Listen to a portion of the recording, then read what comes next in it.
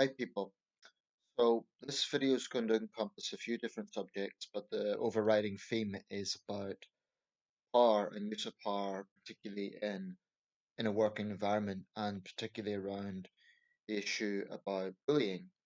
This, of course, is coming on top of the allegations against Priti Patel, the Home Secretary, that she was bullied in her office and pushed around civil servants. Um, Let me just make a prefix to this, and I think it's important in all such cases like this. I wasn't there, okay, so I just don't know what um, happened.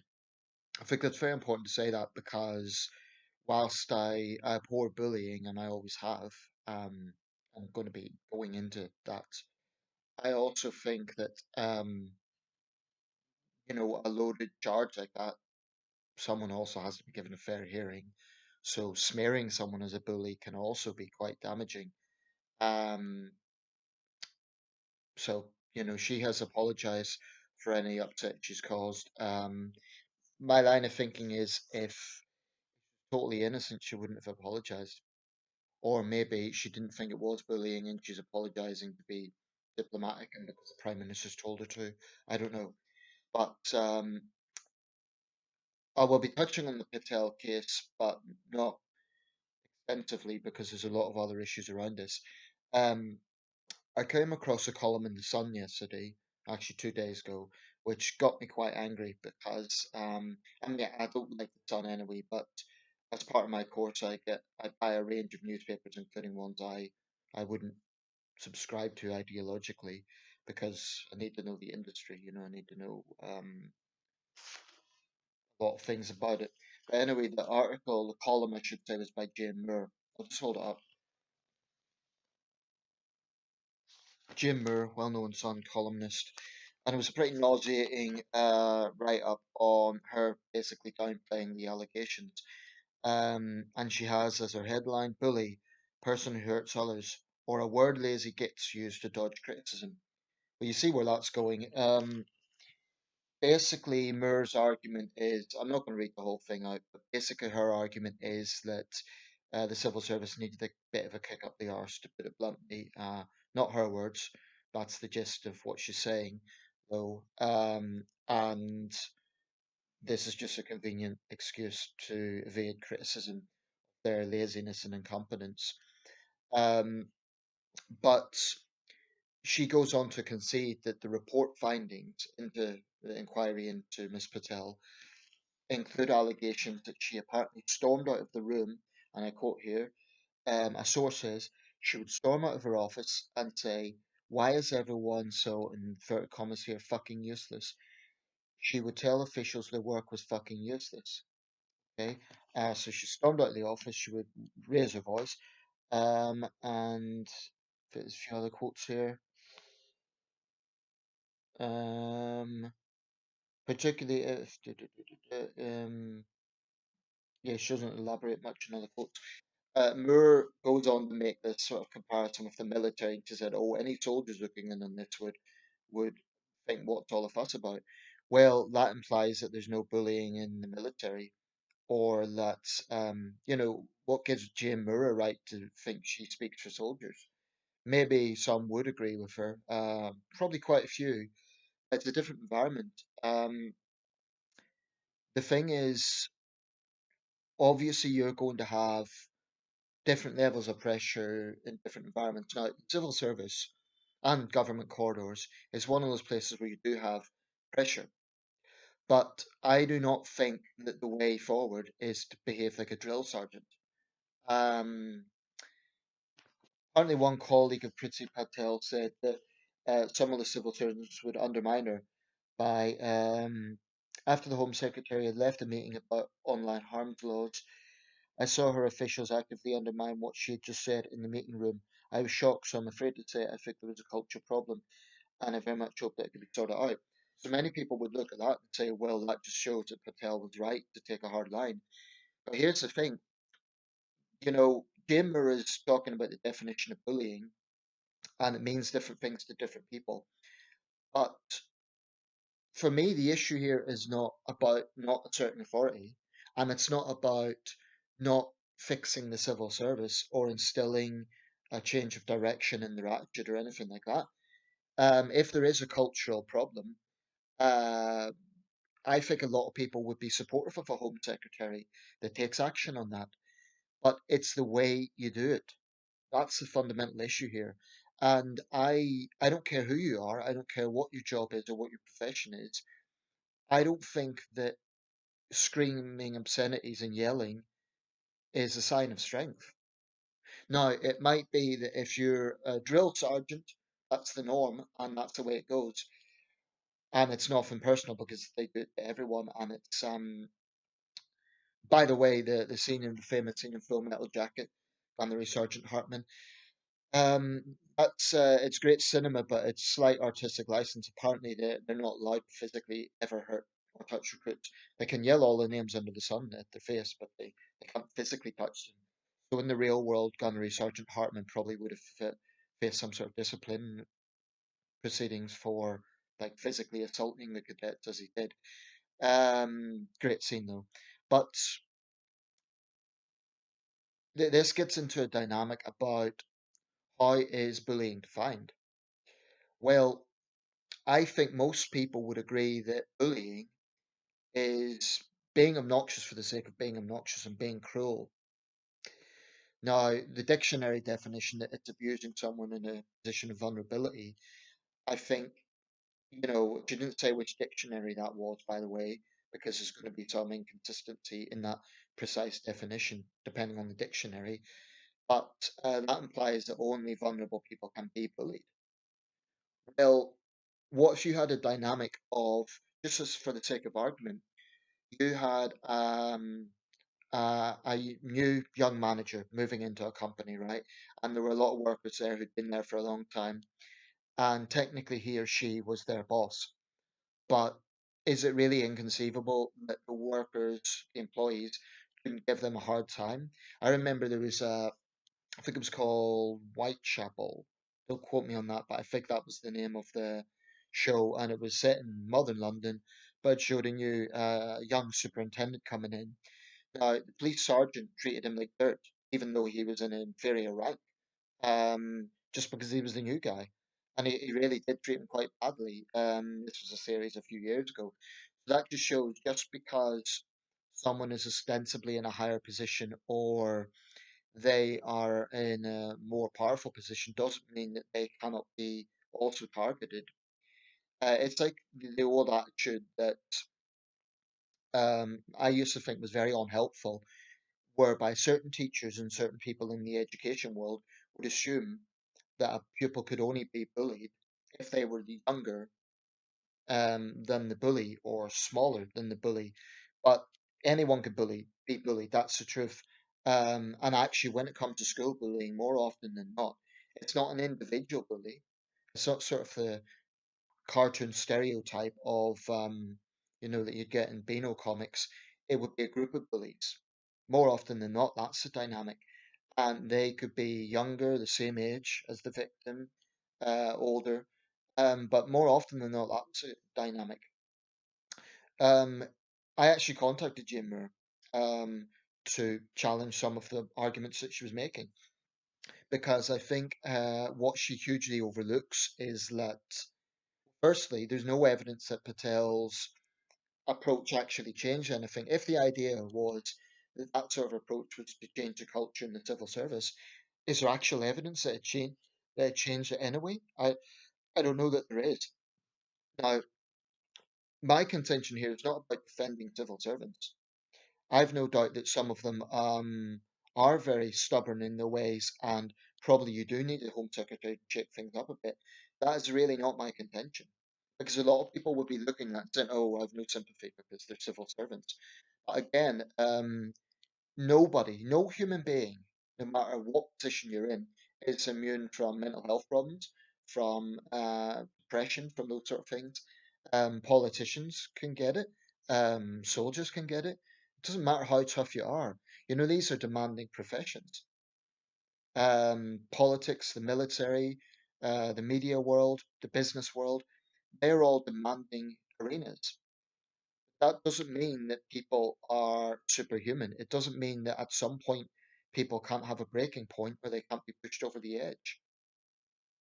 And by the way, anyone that thinks that bullying isn't a problem in the military, for the UK situation, just look at what happened at Deep Cut Barracks, where four young recruits committed suicide in the same barracks over a period of time. Um, my thing about the military, and I speak with caution here because I'm not a soldier, but I would just say that I understand the need to be stoic and tough. You know, if these are people who are being trained to go into a deadly combat zone, obviously you want people who are mentally and physically tough. That goes without saying. But what I've never understood is this argument that you toughen people by picking on them as individuals. Now, I think in some military circles, there's hazing, for example, is I don't see what purpose it serves, but what I've never agreed with is this idea that you motivate someone by picking on them as an individual. I think it's different if it's collective. Like you're the new guys, and we're going to not necessarily an initiation, but it's going to be tough for you because you have to prove yourselves. But that's collective. That's everyone's being treated the same. Where I think it crosses over into blatant bullying is when it's aimed at an individual, and this is true of any environment. And it's not good enough to say, oh, they should just have a sense of humor or something. If someone is clearly very uncomfortable, then the approach that you're using is not working. It doesn't motivate people. I mean, I kind of semi-sarcastically said to Jane Moore that obviously she takes her thinking from the Gordon Ramsay school of thought, whereby the louder you shout, the more encouraging you're going to be. It's nonsense. I just don't think there's hard evidence that ruthless, mean people are more successful.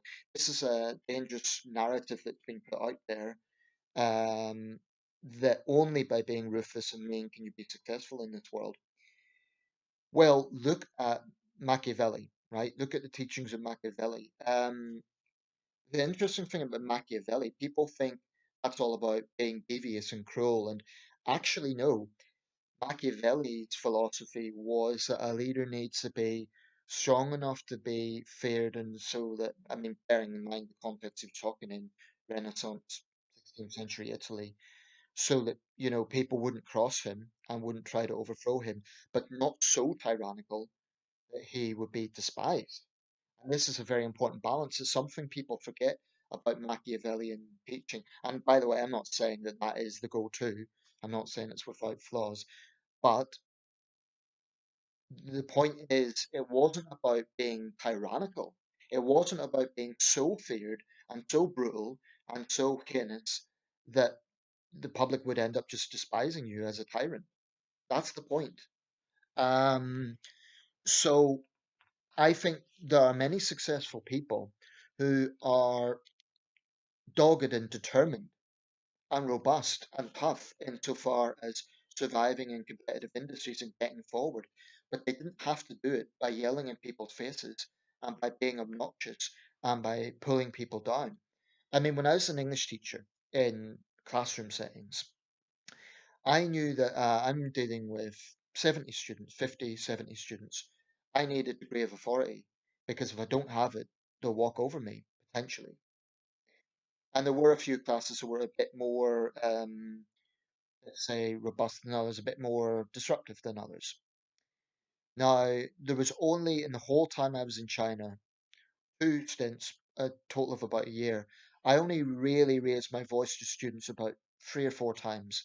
And what I found was, on the very rare occasions that I'd done it, it was more effective because I'd done it so little. In other words, they weren't used to that, so they knew I was genuinely upset, and therefore it had a bigger impact. And some of the students actually apologized. What happened was, some kids at the back just weren't listening and were being incredibly disruptive, and it was quite aggravating. So I ended up pretty much yelling and telling them to shut up, and it worked. That's the point. It worked because I didn't just yell for the sake of it. I then almost immediately followed up, or I think it was at the end of the class. I said, "Okay, before you leave today, I know I raised my voice today. I'm sorry for that, but you need to understand why I done it." And I actually explained to them why I done it. So to get back to the Patel case, if she was, you know, publicly yelling that they were effing useless, My thinking is that's not going to build up a sort of motivation. They're just going to resent her. They're just going to think it may not be the dictionary definition of bullying, but it's not pleasant. I would imagine it creates an unpleasant atmosphere. And then, if they undermined her afterwards, what's this undermining? I mean, that might be, whoa, she's got a temper or something like that. We just don't know. So I think Jane Moore is dead wrong. But you know what? Jane Moore is writing for The Sun, a newspaper that has long engaged in cruelty. This is a newspaper, tabloid, that has literally mocked mental illness. Remember the notorious Bunkers Bruno headline, referring to the boxer Frank Bruno. This is a paper that has been involved in smearing innocent people on speculation, who then turned out to be, have nothing to do with the crime in question. So I think a Sun columnist like Jane Moore is in no position to lecture on the definition of bullying. She works for a newspaper that has long engaged in bullying. Um, But I really think it comes down to what is motivating, what is encouraging. I totally accept that there are certain environments where you do need more of stoicism. Okay, I mean, if you're going to join the armed forces, and you're going to be on deployment, obviously it's going to be a very different atmosphere than if you join a greengrocers, right? Just for the sake of argument. If you're going to get into the political arena or the media arena, they're demanding pressurizing industries, well, environments. So that's going to be very different than working in your local church hall, for example. Um, so obviously different environments do require a different approach, but I'm not convinced that there is ever a situation that warrants yelling in someone's face, degrading them and putting them down. If someone is being inefficient, what I would do is I would take them aside and say, look, get your act together and explain where I think they're going wrong and issue ultimatums, that sort of thing. But just publicly yelling you're effing useless, I don't think that achieves anything. And Patel's apologists, I would say they're showing political bias, because if we were talking about a Labour minister, I think they would be showing a very different attitude. But they're defending her because she's a Tory. And if it's just these lefties out to get her, just snowflakes. You'll notice I never use the term snowflake. And whilst I despise political correctness and identity politics and woke dogma, I don't use snowflake on the grounds that I think sometimes it can be thrown around a little bit by the right to downplay things like depression and mental illness. It's not something I personally use. I just think it can be misused. But I know where it comes from.